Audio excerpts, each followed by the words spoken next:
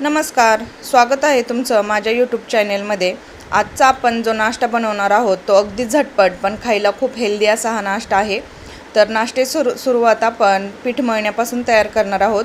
तर सुरुवातीला इथे मी 1 वाटी गव्हाचं पीठ घेतलेलं आहे, त्यामध्ये 1 चमचा मीठ टाकलेलं आहे। आता पाणी घालून याचं आपल्याला घट्टसर असं पीठ मळून घ्यायचं आहे।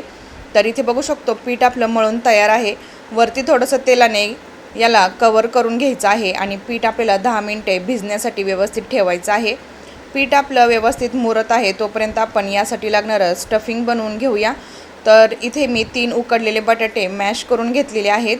आता यामध्ये काही भाज्या घालायच्या आहेत। तर इथे मी बारीक चिरलेली शिमला मिरची, कांदा आणि त्याचबरोबर ग्रेट केलेलं गाजर आणि कोथिंबीर घातलेली आहे।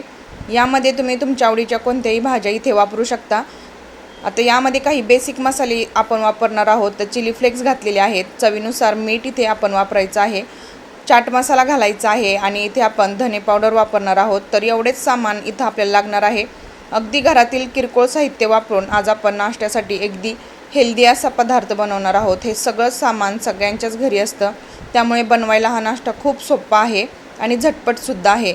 तर ही रेसिपी तुम्ही नक्की ट्राय करून बघा। तर आता यासाठी लागणारं आपण कोटिंग तयार करून घेणार आहोत। तर इथे मी 2 चमचे गव्हाचं पीठ, 2 चमचे मैदा घेतलेले आहे, कलोंजी घालायची आहे आणि पांढरं तीळ घालायचं आहे। त्याचबरोबर चिली फ्लेक्स आणि अगदी थोडीशी आपल्याला कट करून कोथिंबीर आणि थोडंसंच मीठ घालायचं आहे, जास्त मिठाचा इथे वापर करायचा नाही। पाणी घालून याची आपल्याला अगदी सैलसर अशी स्लरी बनवून घ्यायची आहे। आपला नाश्ता अजून छान क्रिस्पी व्हावा यासाठी ही स्लरी बनवून घेण्यात आलेली आहे। तर इथे 10 मिनिटानंतर पीठसुद्धा आपलं व्यवस्थित सेट झालेलं आहे। आता पिठाचे आपण 2 भाग करून घ्यायचे आहेत आणि याची आपण नेहमीप्रमाणे जशी पोळी लाटतो अगदी त्याप्रमाणेच ही पोळी लाटून घ्यायची आहे। मुलांच्या डब्याला किंवा सकाळच्या गडबडीमध्ये झटपट काय बनवायचं असेल तर हा नाश्ता अगदी परफेक्ट आहे। अजिबात जास्त मेहनत करायची ह्या नाश्त्यामध्ये गरज नाही, अगदी झटपट तयार होतो। तर इथे बघू शकतो आपण छोट्या छोट्या पुऱ्या याच्या मी बनवून तयार केलेल्या आहेत आणि आता त्यातील 1 पुरी आपण घ्यायची आहे आणि व्हिडिओमध्ये मी जसं दाखवते त्याप्रमाणे मधोमध सारण भरून घ्यायचं आहे। सारण जास्त भरायचं नाही, नाहीतर नाश्ता आपला व्यवस्थित पॅक होणार नाही, नाहीतर तेलामध्ये मिश्रण सुटू शकतं। तर दोन्ही बाजूने आपल्याला पाण्याचा वापर करायचा आहे। पाण्याने व्यवस्थित त्याला बंद करून घ्यायचं आहे आणि व्यवस्थित आता याला आपण मोमोजचा आकार देणार आहोत। तर तुम्ही इथे कोणताही आकार देऊ शकता, पण दिसताना छान असलं की मुलं अगदी आवडीने खातात आणि आपण गव्हाच्या पिठापासून बनवल्यामुळे हा नाश्ता खायला खूप हेल्दी आहे। तर अशा प्रकारे हा नाश्ता जर बनवला तर त्यानिमित्ताने मुलंसुद्धा भाज्या खातील आणि चवीला तो खूपच मस्त आहे। ही रेसिपी तुम्ही नक्की फॉलो करून पहा। त्याचबरोबर रेसिपी जर आवडली तर चॅनेलला 1 लाईक आणि 1 छोटीशी कमेंट नक्की करा। रेसिपी बनवायला खूप मेहनत लागते, तुमचं 1 छोटीशी लाईक आणि कमेंट माझ्यासाठी खूप महत्त्वाची आहे।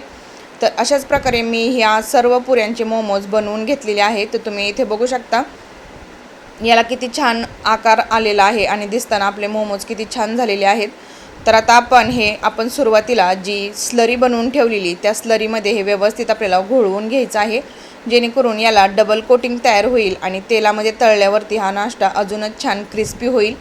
आपलं तेलसुद्धा गरम झालेलं आहे, तेल आपल्याला जास्त गरम करून घ्यायचं नाही, मीडियम फ्लेमवरच तेल गरम करून घ्यायचं आहे आणि हा नाश्ता आपल्याला मीडियमच फ्लेमवरती व्यवस्थित भाजून घ्यायचा आहे। जोपर्यंत दोन्ही बाजू आपल्याला छान गोल्डन रंग येत नाही तोपर्यंत व्यवस्थित भाजून घ्यायचे आहेत। रेसिपी कमेंट करून मला नक्की सांगा तुम्हाला आवडली का, त्याचबरोबर कोणती रेसिपी बघायला आवडेल हे सुद्धा मला कमेंट करून नक्की सांगा। तर अशा प्रकारे आपण अगदी घरातील किरकोळ सामान वापरून ही रेसिपी बनवलेली आहे, हेल्दी आहे, त्याचबरोबर अगदी झटपट तयार होणारी आहे। सकाळच्या किंवा संध्याकाळच्या छोट्या मोठ्या भुकेसाठी किंवा पाहुणे मंडळी कोणी येणार असतील तरीसुद्धा हा नाश्ता बनवू शकतो आपण।